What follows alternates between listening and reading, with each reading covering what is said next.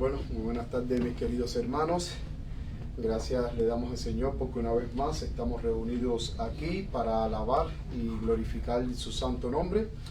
Y me gozo grandemente porque ahora en esta tarde vamos a dar un seminario muy importante en el cual vamos a profundizar en la historia de la Iglesia Adventista del Séptimo Día Libre. Es una historia muy interesante, pero también es una historia muy poco conocida, principalmente por hermanos de la Iglesia Adventista, que muchos no conocen el surgimiento de esta iglesia, y entonces muchos creen que como tal esta iglesia es una iglesia que quizás fue un invento de ahora, y sin embargo podemos ver que no es un invento de ahora la iglesia, sino que podemos bien ver, y lo que vamos a ver en esta tarde, la historia de la iglesia, que esto es un movimiento que lleva más de 100 años de su existencia. En estos momentos, antes de comenzar el seminario, quiero invitarle a todos los que están aquí presentes. Vamos a tener unas palabras de oración para que el Señor nos dirija en este seminario y que así nosotros podamos comprender la historia de este movimiento, donde vamos a ver cosas muy interesantes en la historia de este movimiento. También quiero extenderle un cordial saludo a los hermanos que en estos momentos están conectados a través de Facebook Live. Sentimos que la vez pasada, el sábado pasado, cuando dimos el seminario, se interrumpió la conexión. Ustedes saben que el enemigo nunca descansa, y una de las cosas que el enemigo ha intentado es que no se sepa la historia de este movimiento, pero gracias le damos al Señor, que el Señor es todopoderoso. En estos momentos yo me voy a arrodillar para tener unas palabras de oración, para que el Señor dirija mis labios en este seminario interesante del movimiento de la Iglesia Adventista Libre, su surgimiento, el por qué surgió, su fundador y cuáles fueron los motivos que surgió este movimiento. Vamos a ver muchísimas cosas muy interesantes.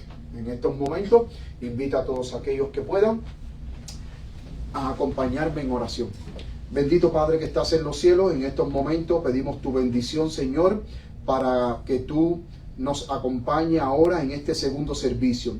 Sé conmigo, Padre querido, que voy a tener la exposición de este tema muy interesante en cuanto a la historia de la Iglesia Adventista Libre. Permite que tu Espíritu Santo tome el control de mis labios y de mi mente, y permite, Padre, que todo lo que aprendamos aquí sea de gran provecho espiritual y que podamos salir bien convencidos el objetivo por el cual tú has levantado la Iglesia Adventista del Séptimo Día Libre.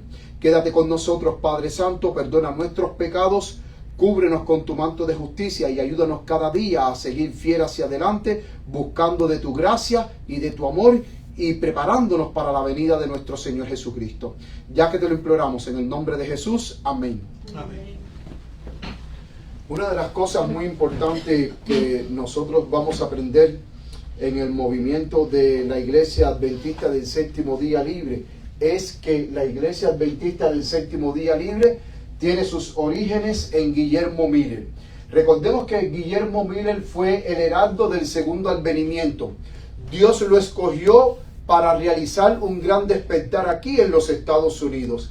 Guillermo Miller, que nació el 13 de febrero de 1782 y murió el 20 de diciembre de 1849, 5 años después del gran chasco de 1844. Fue el hombre que Dios escogió para hacer un gran despertar, para traer un gran avivamiento sobre los Estados Unidos. Guillermo Miller es muy interesante que él, siendo muy autodidacta en el estudio de la palabra de Dios en 1833, él estudiando la Biblia, él encontró que en Daniel capítulo 8, versículo 14, que es el versículo en el cual nosotros nos apoyamos, y es el versículo en el cual da origen al movimiento de la Iglesia Adventista del Séptimo Día. Daniel 8:14 dice: hasta 2300 tardes y mañanas luego el santuario sería purificado. Guillermo Miller, aplicando la hermenéutica del principio día por año, él entendió que no eran días literales, sino que eran día por años, o sea, que eran 2300 años. Entonces, él, para poder determinar la fecha del comienzo de los 2300 años, él toma la profecía de Daniel 9 de las 70 semanas. Y a partir del momento que comienza la profecía de las 70 semanas o los 490 años que comenzaba con la restauración de los muros de Jerusalén en el 457 a.C., Guillermo Miller calculó que 457 a.C., 2300 años llegaba hasta el año 1843-1844. Él entendía que el santuario que iba a ser purificado era la tierra, no el santuario celestial, porque recordemos que Hebreos capítulo 8, versículo 1, dice que Cristo entró en el verdadero santuario, en el santuario celestial, el santuario que levantó el Señor y no el hombre. Cristo es ministro del verdadero santuario celestial. Guillermo Miller pensaba que el santuario se refería a la tierra, y que como la tierra iba a ser purificada, él entendió que era la segunda venida de Cristo Jesús entre 1843 y 1844, y entonces él, a partir de este conocimiento y de este estudio, él entendió que Cristo iba a venir a buscar a su pueblo y a purificar la tierra con fuego. Guillermo Miller empezó a predicar y empezó a compartir sus estudios en diferentes iglesias que lo invitaban. Recordemos, muy importante, que en el principio del movimiento milerita, el movimiento milerita era un movimiento interracial, donde negros y blancos adoraban juntos. Es más, los primeros mileritas, o el movimiento milerita, ellos eran abolicionistas. Ellos creían de que todos los hombres, tanto negros o blancos, eran iguales ante la vista de Dios.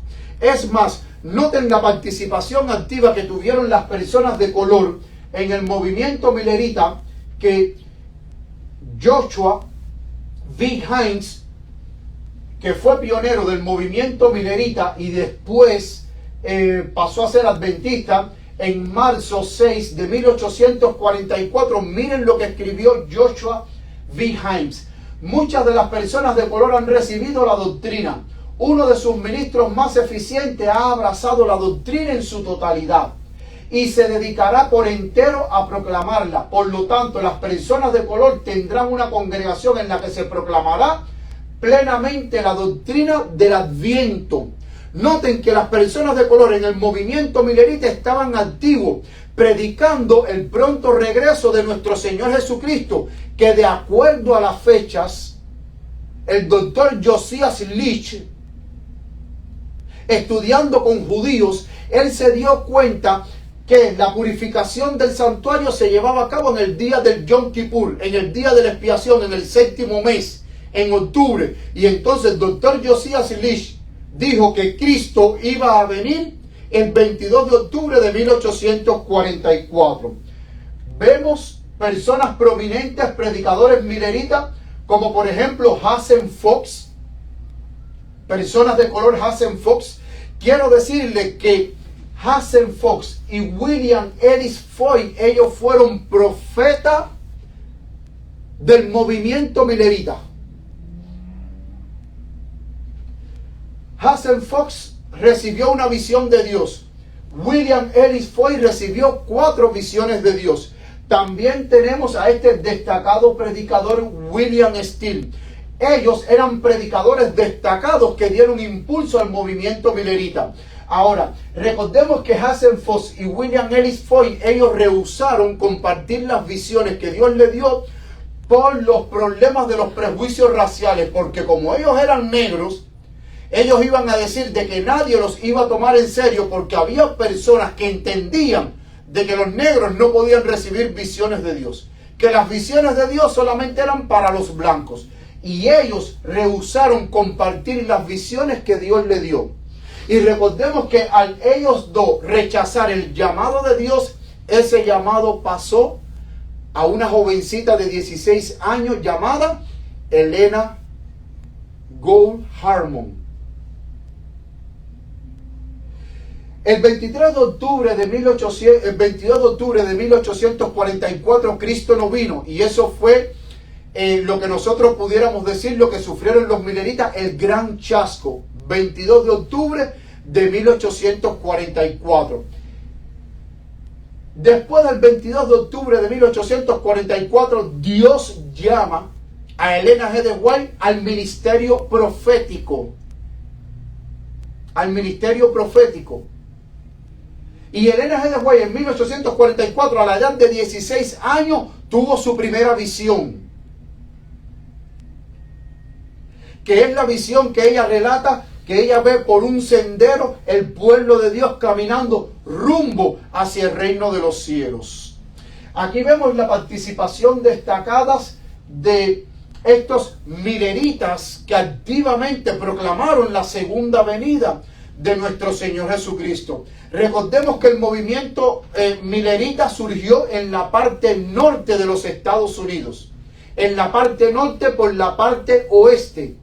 Toda esa región de Maryland, Massachusetts, todas esas regiones proclamaron la pronta venida de nuestro Señor Jesucristo. Ahora, la obra estaba concentrada en la parte norte de los Estados Unidos. En la parte sur no había obra adventista porque en la parte sur de los Estados Unidos era mayormente más racista y segregacionista. Entonces, cualquier predicador que fuera a la parte sur a predicar no era muy bien recibido. No era muy bien recibido porque creían que los predicadores iban a predicar la igualdad de raza. Y por eso que los predicadores en la parte sur no eran muy bien recibidos. Dentro de los predicadores del movimiento milerita destacado también podemos hablar de Charles Bowles, un gran predicador milerita que se unió al movimiento para proclamar la segunda venida de Cristo Jesús. Ahora, el pastor Herbert B. Lane fue uno de los pastores. Duró poco tiempo, duró nada más que 49 años. Perdón, 41 años. ¿No? Sí, 41 años duró. Ahora, es muy interesante que el pastor Herbert Lane fue el primer pastor en ir a la parte sur de los Estados Unidos en 1871 para llevar algunas reuniones evangelísticas. Y es interesante que las reuniones evangelísticas que él tenía, la llevaba en un edificio, o sea, llevaba a cabo estas reuniones en un edificio, pero donde negros y blancos eran separados por habitaciones, no adoraban juntos. Esa fue la manera en que él pudo llevar a cabo las reuniones evangelísticas, como dice aquí, reuniendo a ambos en un mismo edificio, pero en habitaciones separadas. Su obra en la parte sur fue de corta duración, pero uno de los personajes más destacados que sí llevó a cabo obra evangelística en la parte sur, principalmente dentro de las personas de color, fue el pastor Charles Marshall Kinney. En 1886 fue el primer pastor negro ordenado como ministro en la iglesia adventista del séptimo día. Y él sí trabajó de a lleno en la parte sur por las personas de color. Charles McKinney nació en 1855 y en 1878, cuando sus padres se mudan para Reno, Nevada, en Reno, Nevada se estaba llevando una serie de conferencias evangelísticas por el pastor John Norton Lomboro. Y en 1878 el pastor Kinney él acepta a Jesucristo como su Salvador personal. Es muy interesante que en esas reuniones que estaba llevando a cabo el pastor John Norton Lomboro en Reno, Nevada, la hermana White visitó esas reuniones que se llevaban bajo carpas. Y en una de las noches que ella visitó las reuniones evangelísticas del pastor Lomboro, habían más de 100 personas reunidas, negros y blancos juntos.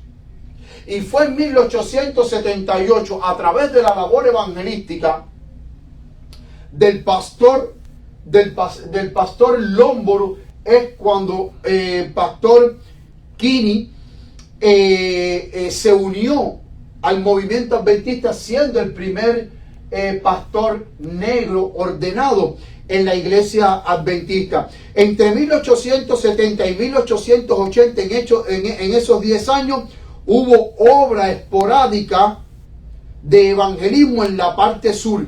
Y el pastor Kinney trabajó, mayormente se concentró en Kentucky, Tennessee, para trabajar en favor de las personas de color.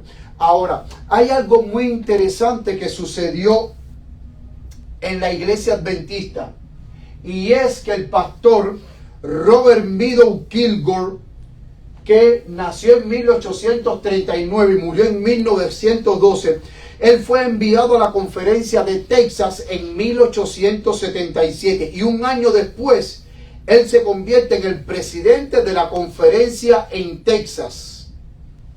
Y ya para 1878, que fue en el tiempo en que el pastor Kinney aceptó a Jesucristo, gracias a los esfuerzos evangelísticos del pastor Lomboro, el pastor Robert Meadow Kilgore empieza a hacer también trabajo evangelístico en la parte sur. Ahora, es muy interesante que este pastor participó en el famoso Congreso de Minneapolis en 1888. Y el pastor Robert Meadow Kilgore fue uno de los pastores que se le opuso acérrimamente al mensaje de la justificación por la fe de Jones y Waggoner, mis queridos hermanos. Él también se opuso al apoyo que la sierva de Dios le dio al pastor Jones y al pastor Waggoner. Entonces, él, para poder avanzar la obra en la parte sur de los Estados Unidos, en 1890, él, en comunicación con la conferencia general, con las oficinas de la conferencia general, él fue el pastor que propuso pólizas de segregación para segregar a los negros en la parte sur de los Estados Unidos, para que la obra evangelística pudiera avanzar entre los blancos. Y en 1890, la Asociación General acepta las pólizas de segregación y racismo hacia los negros en la parte sur de los Estados Unidos. Y es muy importante que nosotros comprendamos este background y sepamos desde un principio la historia, porque esto más adelante va a dar pie del por qué la Iglesia Adventista Libre surgió. Ahora, como en 1890 la Conferencia General aceptó las pólizas de segregación y racismo, entonces la sierva del Señor no se quedó callada. Y ella, el 21 de marzo de 1891, en el Congreso de la Asociación General, un año después que la Asociación General aceptó las pólizas de segregación y racismo, ella se opuso rotundamente a la segregación y al racismo. Se opuso rotundamente a que los negros fuesen segregados. Ella, el 21 de marzo de 1901, ella reprendió a los delegados y escribió un folleto de 16 páginas que lo presentó en este mismo congreso, que el folleto se llama Nuestro deber a las personas de color. En inglés es Our Duty to the Colored People. Un folleto de 16 páginas. Y ahí había un acápite que se llama The Southern Work, el trabajo en el sur o en el sureste. Y miren una de las cosas que la sierva del Señor planteó en ese congreso reprendiendo a los líderes. Dice: el Señor nos ha dado luz en cuanto a todas estas cuestiones. Hay principios establecidos en su palabra que deberían guiarnos al enfrentar estas cuestiones desconcertantes. El Señor Jesús vino a nuestro mundo para salvar a los hombres y mujeres de todas las nacionalidades. Murió tanto por la gente de color y por la gente de raza blanca. Ella dijo, no puede haber segregación. Tiene que haber igualdad. Cristo murió tanto por el negro, como por el blanco, como por el chino, como por el carmelita, por el quien sea. Porque todos somos hermanos en Cristo Jesús. Y no puede haber esa distinción. No puede haber esa desigualdad. Porque esa desigualdad hace distorsionar el amor incondicional de Dios hacia los seres humanos. Haciendo entender de que Dios tiene más favoritismo y más privilegio hacia las personas blancas que a las personas de color. Sigue diciendo: y por la gente de raza blanca se pagó el mismo precio por la salvación del hombre de color que por la del hombre blanco. Y los desaires para con la gente de color por parte de muchos que afirman estar redimidos por la sangre del Cordero tergiversan a Jesús. Eso estaba trayendo una tergiversación de realmente quién era Jesús. Y eso podía traer una mancha para la iglesia adventista. ¿Sabe cuál fue el resultado de la reprensión de la hermana White hacia los líderes de la conferencia general? ¿Saben cuál fue el resultado? Bueno, el resultado fue que el siguiente año la mandaron de castigo para Australia. Porque ya desde 1888 los líderes no estaban mirando con buenos ojos a Elena G. de White, que estaba apoyando el mensaje de la justificación por la fe de Jones y Waggoner. A Elena G. de White la mandaron para Australia y al pastor Waggoner lo mandaron para el Reino Unido, para Inglaterra. Y a Jones lo dejaron aquí. Porque Jones y Waggoner también eran abolicionistas. Ellos creían en la igualdad de todas las razas, sin distinción de ninguna, de que una raza fuese superior que la otra. Sin embargo, a pesar de que la hermana White dio esta reprimenda a los líderes, esas palabras cayeron en oídos sordos. Y para 1895, Hepson White, su hijo, con casi 40 años de edad, él encuentra, su madre estando en Australia, él encuentra el folleto que ella había presentado en el Congreso, Nuestro Deber hacia las Personas de Color. Él leyó ese folleto y quedó tan impresionado con las palabras de su madre que junto con William Palmer, él compró el barco, el Morning Star, y navegó río abajo por todo Michigan, el Calamazo, y llegó aquí a la parte sur de los Estados Unidos y empezó a hacer obra evangelística entre las personas de color. Porque los líderes de la conferencia general no querían tener que ver nada,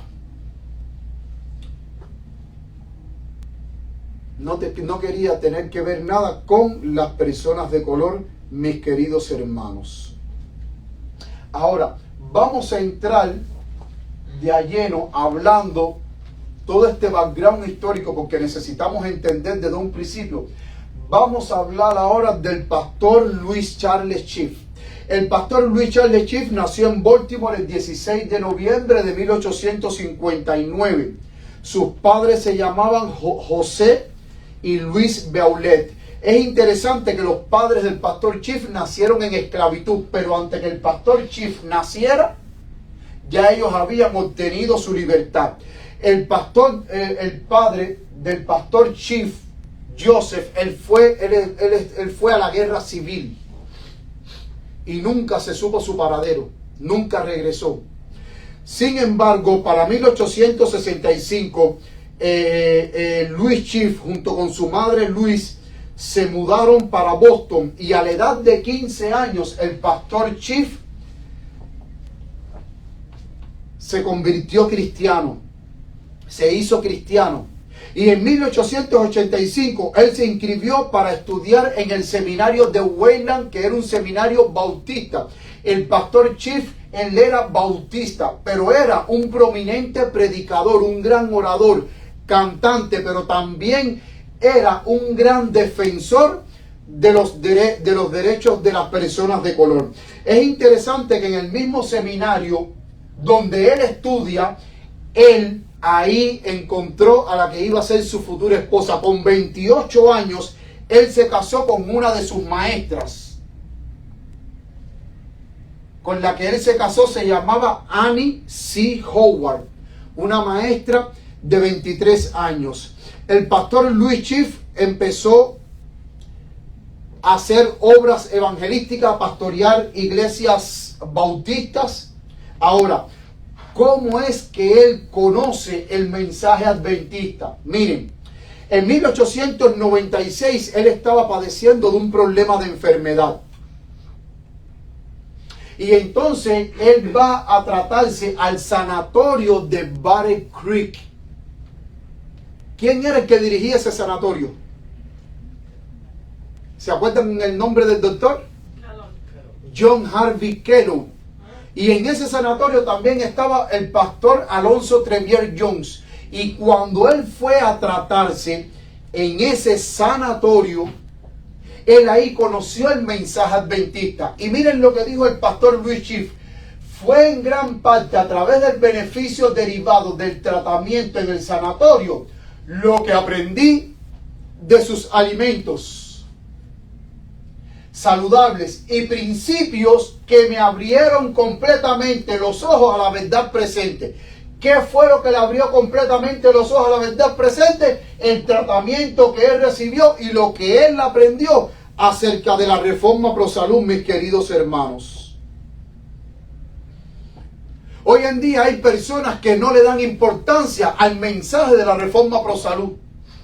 Y hay muchos que dicen, no, eso no es un punto de salvación. Mis queridos hermanos, la sierva de Dios dice que violar las leyes de la salud es como violar uno de los mandamientos de la santa ley de Dios. Porque nuestro cuerpo es templo del Espíritu Santo.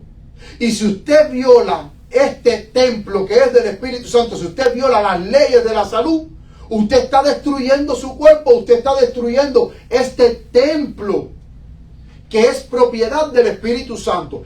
Y él dice que a través de los alimentos saludables y del tratamiento que recibió, eso fue lo que le abrieron los ojos a la verdad presente. Y miren qué cosa más linda lo que él exclamó cuando conoció la verdad presente.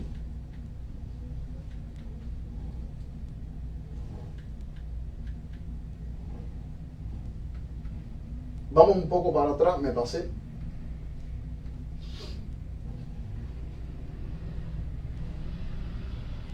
Perdón. Este es el que venía. Miren, ¿qué opinó el doctor Kellogg al conocer al pastor Louis Chief? Miren lo que dijo el pastor Kellogg. Un hombre muy culto y el más educado que cualquier otro ministro adventista, y además ninguno de los ministros blancos de la iglesia pueden pararse al lado de él. Mire qué gran hombre era el pastor Louis Chief. Un hombre ¿qué? Culto y educado. Y dice que ningún ministro blanco se podía pararse al lado de él. Y miren ahora qué fue lo que dijo el pastor Chief. Cuando conoció el mensaje adventista, porque él después se quedó algunos meses en el sanatorio recibiendo entrenamiento en cuanto a las creencias adventistas y en cuanto a la reforma pro salud. Y miren lo que él dijo: el deseo y la oración de mi corazón es que este mensaje llegue a mi pueblo en todo, ¿dónde? Los Estados Unidos. ¿Cuál era el deseo y la oración que salían de su corazón? Que el mensaje adventista llegara a su pueblo, a las personas de color. que todas las personas de color conocieran el mensaje de la iglesia adventista.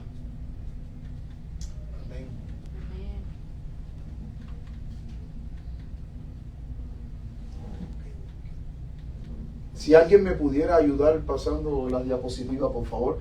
Dice, miren, él sigue diciendo, vi en el mensaje adventista las posibilidades para mi gente. No tenía especiales objetivos o ambiciones personales, pero sentí que este mensaje puede hacer mucho por mi pueblo. ¿Cuál era el mensaje que podía hacer mucho por su pueblo? El mensaje adventista. Porque conoció la verdad, mis queridos hermanos. El pastor Louis Chief empezó a trabajar activamente en la iglesia adventista. Y es interesante que en la revista Review and Herald del 21 de julio de 1896, él escribió en la Review and Herald del 21 de julio de 1896. En la página 16 aquí pueden ver que este es un artículo del pastor Louis Charles Chief. Y aquí vemos que el 22 de septiembre, o sea, 2 meses después, el 22 de septiembre de 1896, el pastor Chief vuelve a escribir para la Review and Herald en la página 16. En la página 16. O sea, no solamente él era un gran orador y cantante, porque él era un gran cantante solista, sino que también él escribía para la revista más importante en aquel entonces, que era la Review and Herald, entre otras revistas que había como Señales de los Tiempos, American Sentinel, La Verdad Presente. Pero esta revista muy importante, aquí vemos cómo él escribió el 21 de julio de 1896 y después volvió a escribir el 22 de septiembre de 1896. Cuando el pastor Chief conoció a Elena G. de White, miren aquí, esta también, él escribió para la revista Sign of the Times, Señales de los Tiempos, el 22 de febrero de 1899. Dice, la compañía segura del rey. Ese es el título de lo que él escribió. Y aquí vemos la firma de él, o sea, al final, que él fue el que escribió el artículo de la revista Review and Herald, febrero 22 de 1899. Entonces, miren cuando lo que él escribió a la mensajera del Señor, la hermana White. Dice Louis Charles Chief a Elena G. de White, 25 de mayo de 1899. Miren lo que él le escribió a la sierva del Señor. Mi corazón dio un salto de alegría al pensar en la posible ayuda para llegar a mi gente a través del mensaje del tercer ángel. El pastor Chief, cuando fue pastor, cuando él recibió las credenciales de pastor adventista, a él lo mandaron para la parte sur de los Estados Unidos y él trabajó en conjunto con Hepson White, el hijo de Elena G. de White, que todavía estaba trabajando en la parte sur. Es muy interesante que para entre 1844 hasta 1895, habían solamente 3 ministros negros ordenados, incluyendo al pastor Louis Charles Chief. Para esa fecha había un total de 7 iglesias en la parte sur de los Estados Unidos. Entre 1844 y 1895 habían 7 iglesias con un total de 100 miembros entre las 7 iglesias repartidos. Pero después, entre 1895 hasta 1909, la membresía aumentó de 100 a 1400. El pastor Chief también participó en el famoso congreso de 1901, que fue el congreso donde se crearon las uniones de la iglesia, y empezó y se creó esa reestructuración dentro de la iglesia y se crearon las uniones. Él fue participante en ese congreso, pero para cantar. En 1902 el pastor Chief llegó a ser miembro de la junta de la Universidad Adventista de Oakwood, que en aquel entonces era una universidad solamente para las personas de color. Pero, miren qué interesante esto, las reuniones que él daba en el sur. Quiero mostrarles aquí los flyers que hacían para repartirlos. Miren aquí, estos eran los flyers que hacían cuando él trabajaba en la parte sur de los Estados Unidos. Miren aquí, dice tienda de Chief, de People Gospel Meeting, o sea, reuniones de evangelismo para las personas, conducidas por el anciano Louis Charles Chief, cada noche comenzando el domingo 29 de julio de 1900. Y empezaba el domingo a las 5:30 con el pastor Louis Chief. Y entonces es interesante que aquí abajo dice el pastor Chief predicará y cantará cada noche. Las series de evangelismo en aquellos tiempos eran de una semana. Y cada noche el pastor Chief, comenzando desde el domingo, él predicaba, pero también al mismo tiempo cantaba. Y entonces abajo dice: trae tu Biblia y tu himno pentecostal, y deja que todas las personas vengan y canten. Interesante.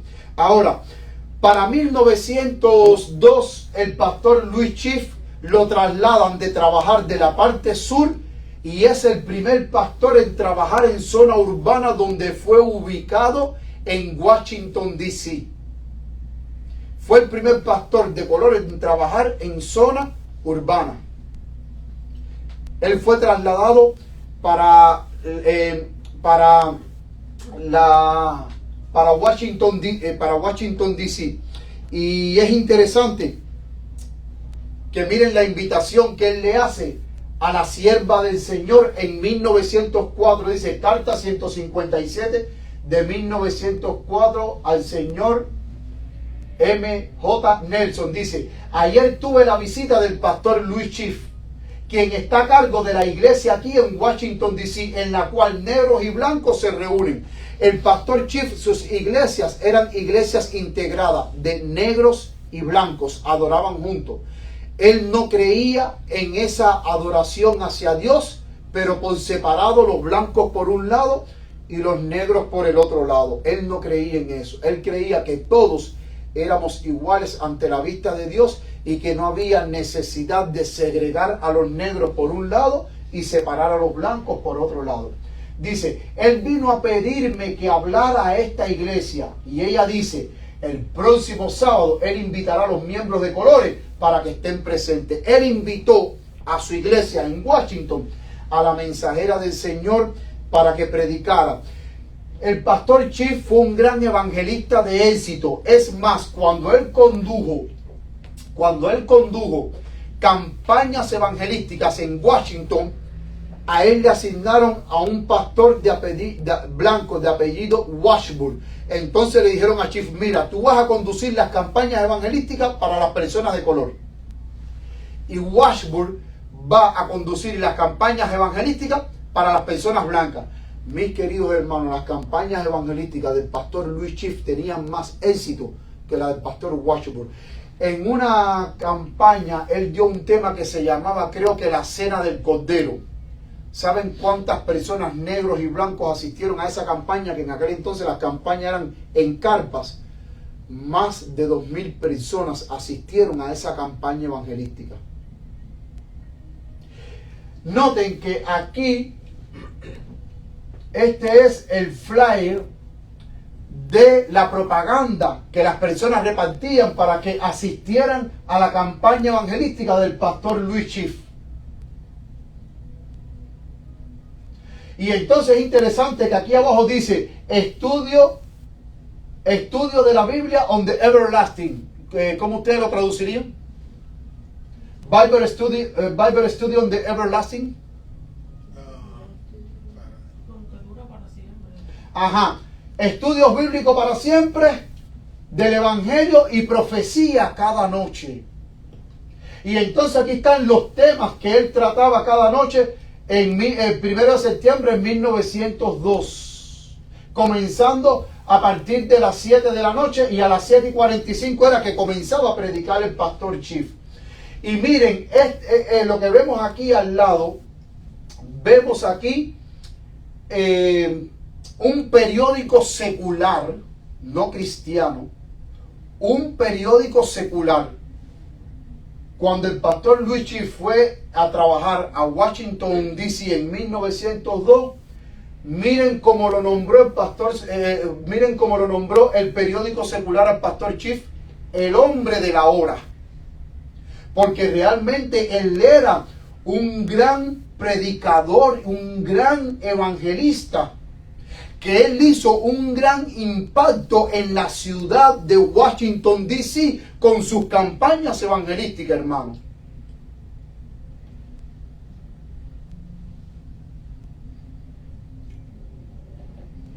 Seguimos.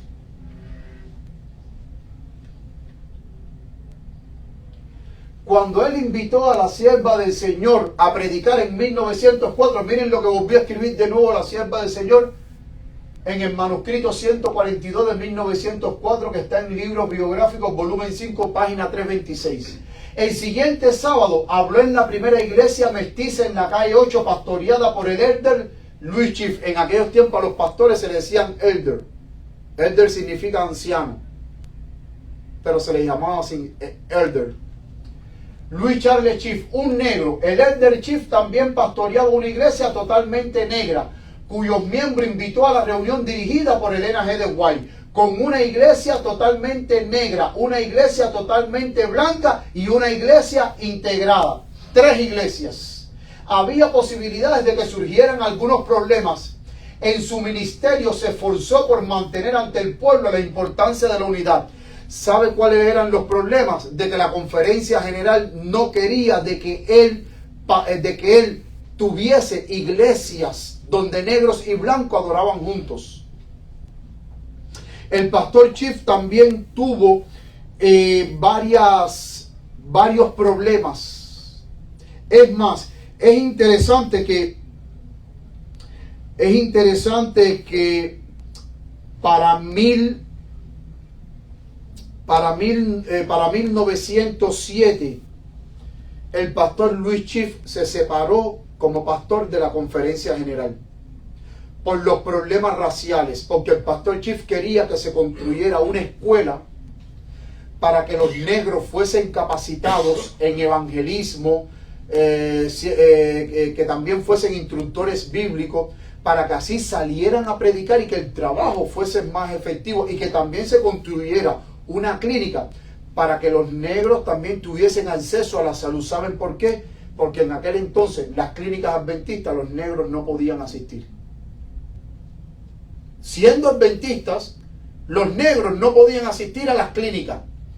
Y tras varios intentos de él con la conferencia general para que se hiciera una escuela de capacitación para negros y una clínica, la conferencia general siempre, no, sí, no te preocupes, la vamos a construir. No, sí, no te preocupes, la vamos a construir. Entonces, entre varias conversaciones y que siempre ellos prometían de que sí, no te preocupes, la vamos a construir, sí, no te preocupes, la vamos a construir, al final no construyeron nada.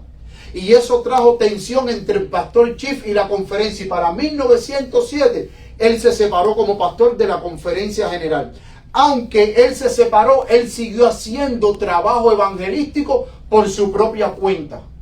Él nunca dejó de predicar el evangelio.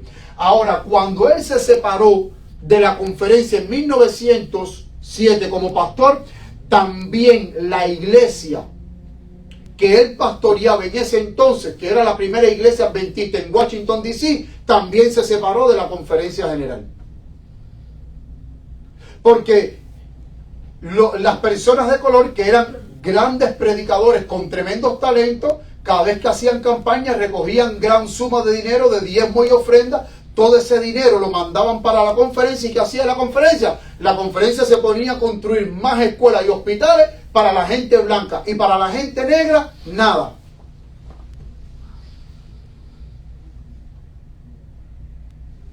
Y eso le dolió tanto al pastor Chief, ese desprecio tan grande hacia las personas de color, que él decidió retirarse. En ese mismo año, en 1907, muere su hija Clara, porque él en su matrimonio con Annie Smith nació su hija Clara, y en 1907, cuando él se separa, murió su hija Clara de tuberculosis, y su esposa Annie Howard Chief falleció en febrero de 1908 de tuberculosis también. Y el pastor Chief quedó completamente viudo, pero en 1911 él se volvió a casar y se casó con una maestra adventista de la Florida llamada Lucy Wetzel. Ahora, el pastor Chief se reconcilió con la iglesia en 1913. O sea, él estuvo 6 años fuera de la iglesia, haciendo trabajo evangelístico por su cuenta, predicando por su cuenta, sin tener que ver nada con la conferencia general. Y es muy interesante que en esos 6 años que él estuvo afuera, él siendo muy amigo de Elena G. de White, Elena G. de White nunca le mandó ninguna carta de reprimenda o de reprensión diciéndole: lo que tú hiciste está mal, mira, te separaste, no tenías que haberte separado. Qué curioso. Porque hoy en día hay muchas personas que dicen: no, que usted no se puede separar del cuerpo adventista, aunque pase lo que pase, aunque la iglesia adventista esté en la apostasía que esté, usted no se puede separar. Pero cuando el pastor Chief se separó en 1907 y se reconcilió en 1913, 6 años él estuvo fuera de la denominación, trabajando independiente, predicando el evangelio, dando estudios bíblicos, llevando la palabra de Dios. Pero a la hermana White nunca le mandó una carta de reprensión.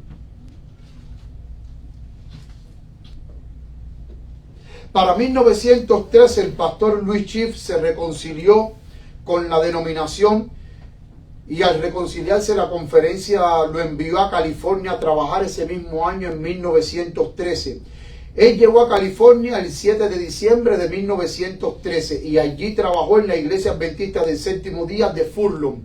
Realizó varias campañas evangelísticas que comenzaron el 14 de enero de 1914 y fundó 2 iglesias adventistas: la iglesia adventista de Wast y la iglesia adventista del séptimo día llamada Berea. Me llama mucho la atención que él era...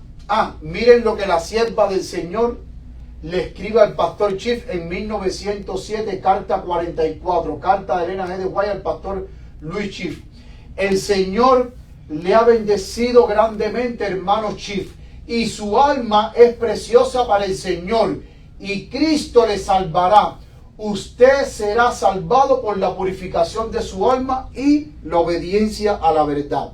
Esa carta que la sierva del Señor le escribe en 1907 fue en ese mismo año cuando el pastor Chief se separó de la conferencia general y siguió trabajando por su propia cuenta. Tan pronto él se reconcilia y va para California, él hace campañas evangelísticas, y esta era la campaña promocional para sus campañas en California, donde fundó las dos iglesias, la iglesia adventista de Watts y la iglesia adventista del séptimo día. Miren aquí su tarjeta, el pastor Louis Chief, y aquí vemos a la esposa del pastor Louis Chief, Lucy Wetzel Chief, con la que él se casó en 1911, cuando enviudó en 1907.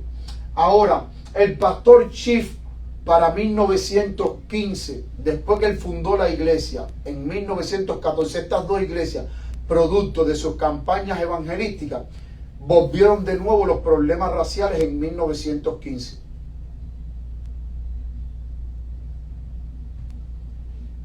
porque los líderes de la conferencia de California, de los adventistas en California, en aquel entonces había salido el libro de Testimonios para la Iglesia de Ellen G. White, el tomo 9, y ahí hay un acápite que se llama Nuestro deber hacia las personas de color. Y entonces los líderes malinterpretaron ese escrito que la sierva del Señor habla en cuanto al trabajo hacia las personas de color, que ellos entendieron de que la hermana White era racista y segregacionista. Porque el pastor Chief, trabajando en California, sus iglesias igual eran iglesias de blancos y negros. Y eso le volvió a molestar a los líderes, pero de la conferencia de California. Y le dijeron, oye, tú no puedes tener aquí iglesias donde los blancos y los negros adoren juntos. Tú tienes que separarlo. Tú no puedes tener iglesias mixtas. Y es interesante que después de varias conversaciones con los líderes de la conferencia general en 1915, el pastor Schiff se retiró de la conferencia de los adventistas del séptimo día para nunca más volver. Y noten que el 1 de septiembre de 1915 la señora Lucy Schiff, la señora Lucy P, que no sé qué significa la P, Schiff, ella le dijo a los líderes en esa reunión del 1 de septiembre de 1915, a partir de esta noche, ningún hombre ni grupo de hombres se interpondrá entre mi Dios y yo. Soy un adventista del séptimo día libre. Y ahí fue cuando rompieron con la conferencia. Se separaron de la conferencia. Y después que ellos se separaron, la iglesia de Berea, la cual el pastor Chief estaba pastoreando, se separó también de la conferencia de California. Se separó completamente de la conferencia de California. Y le pidieron al pastor Chief que los pastoreara a ellos. Miren aquí la iglesia de Berea. Aquí están los miembros de la iglesia de Berea. La iglesia de Berea, después, el 21 de diciembre de 1916, un año después de haberse separado, la iglesia de Berea se convierte en la iglesia adventista del séptimo día libre, la primera iglesia adventista de sostén propio en retener el nombre adventista del séptimo día, pero que ahora se llamaba Iglesia Adventista del Séptimo Día Libre, Los Ángeles, California. Esa es la iglesia de Berea, la primera iglesia adventista libre de sostén propio, separada completamente de la conferencia y trabajando individualmente. Aquí pueden ver que es una foto que se ve un poco borrosa, miembros de la iglesia adventista del séptimo día libre de Berea.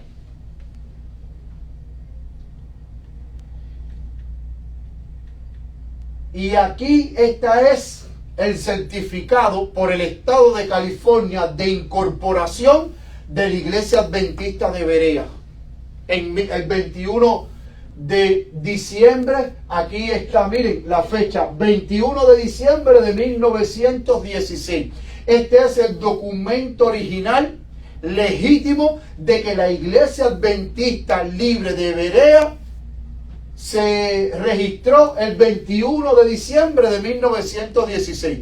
Entonces hay personas que piensan que la iglesia adventista libre surgió ahora. No, la iglesia adventista libre, la primera iglesia que a partir de ahí se comenzó a fundar iglesias adventistas libres, la primera se registró el 21 de diciembre de 1916. O sea, ¿cuánto llevamos? 107 años de existencia. 107 años de existencia.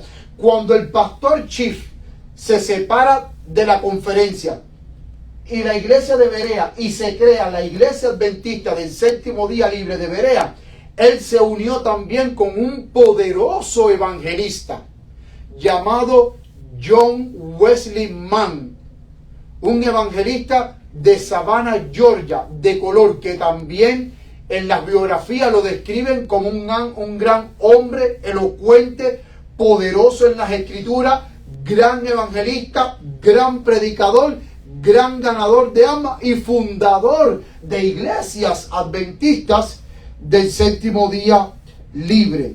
Y entonces ahora les voy a presentar la expansión de la obra de la iglesia adventista libre. Miren, antes de comenzar la expansión, aquí vemos un artículo escrito por J.C. Cunningham en 1918, porque en 1918 el pastor Chief vuelve a Washington, D.C., él deja la iglesia de Berea a cargo del elder Emmanuel, y él va a la iglesia de Washington, D.C. a dirigir campañas evangelísticas. Y aquí vemos que el 19 de septiembre, en un periódico llamado Bee, que significa abeja, en Washington, este escritor J.C. Cunningham dedica una columna para hablar del pastor Louis Charles Chief. Esta columna aquí. Y después, el 23 de octubre, el siguiente mes, ese mismo escritor periodista J.C. Cunningham vuelve a escribir de nuevo del pastor Louis Charles Chief. Y es interesante que miren cómo él describe al pastor Chief. Aquí dice Chief, uno de los grandes evangelistas de colores y cantantes que jamás la raza haya producido. O sea, hablando de la raza negra. Dice, uno de los grandes evangelistas y cantantes que la raza haya producido. Interesante. Si ustedes estuviesen más cerca, pudieran leer ahí donde dice aquí Chief, pastor, el reverendo, así es como le llaman, Louis Chief, y aquí él vuelve a hablar aquí, reverendo Chief. Y aquí también él habla de reverendo Chief. En esta columna él habla que después de esas conferencias en Washington, él iba a ir a Jacksonville, a Florida, a levantar una escuela cristiana y a predicar el evangelio.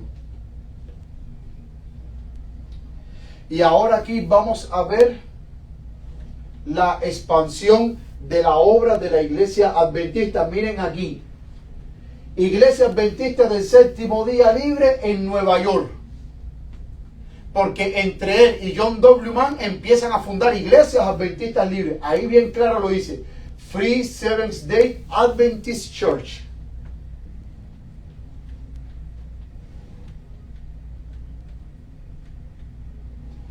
Aquí vemos iglesia adventista del séptimo día libre, Des Moines, Iowa. Miren aquí los miembros de la iglesia adventista libre, Des Moines, Iowa. Miren, esto es un bautismo de la iglesia adventista libre en la playa Bellavista, República de Panamá. Eso fue después de 1916. Miren aquí. Un bautismo llevado en la playa Bellavista, en la República de Panamá. Y miren aquí, mira, cuartel de la iglesia adventista del séptimo día libre de la asamblea en América Central, Puerto de Limón, Costa Rica. Este es el cuartel de la iglesia adventista libre en Centroamérica, en Puerto de Limón. Ahí abajo lo dice, Puerto de Limón, iglesia adventista del séptimo día libre, cuartel de la asamblea en América Central. Miren aquí. Todo eso fue a partir de 1916 cuando empieza a expandirse la obra de la iglesia adventista del séptimo día libre. Miren, esta aquí es en Jamaica. Iglesia adventista del séptimo día libre en Kingston, Jamaica. Y yo, orgulloso, iglesia adventista del séptimo día libre en Cuba. Aquí esto es un periódico adventista que se llama Advent Banner, Savannah, Georgia. Ahí arriba dice mayo 1923, el número 9, volumen 2. Aquí arriba dice reuniones de conferencias de la iglesia adventista libre en Cuba. Miren aquí la iglesia adventista libre en Cuba. Está ubicada en Morón Ciego de Ávila, Y aquí dice escenas de bautismo en Cuba, miren, de la Iglesia Adventista Libre en Cuba, bautizando. Y entonces es interesante que si ustedes quieren después en el chat yo les puedo mandar este artículo para que ustedes lean todo. Es interesante que las razones por que en Cuba se crea Iglesia Adventista Libre es porque en Cuba había racismo también en la Iglesia Adventista en ese entonces, en Cuba. Y ellos, conociendo de la Iglesia Adventista Libre, le escriben al pastor John W. Mann para que vaya a presentar campañas evangelísticas. Se reunieron representantes de 5 grupos en Morón Ciego de Ávila, formando la Iglesia Adventista del Séptimo Día Libre en Cuba. O sea que nadie puede decir en Cuba jamás existió esa iglesia. No, sí, en Cuba para 1923 ya estaba la primera Iglesia Adventista Libre en Morón Ciego de Ávila. Aquí mismo abajo lo dice, Iglesia Adventista del Séptimo Día Libre de Morón. Fue organizada con una membresía de más de 20 personas. Ahí mismo lo dice. Con una membresía de más de 20 personas.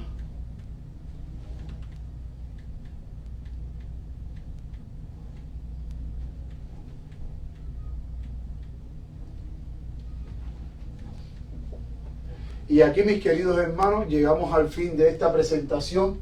Aquí donde ustedes ven, esto fue la referencia bibliográfica en la cual yo me apoyé para hacer este seminario de la Iglesia Adventista acerca de la historia de la Iglesia Adventista del Séptimo Día Libre. Aquí no puse todas las demás referencias en las cuales yo estudié e investigué para hacer este seminario interesante acerca de la historia de la Iglesia Adventista del Séptimo Día Libre. Mis queridos hermanos, hoy en día muchas personas me han dicho, bueno, ¿y por qué entonces la Iglesia Adventista Libre? En aquel entonces era racismo.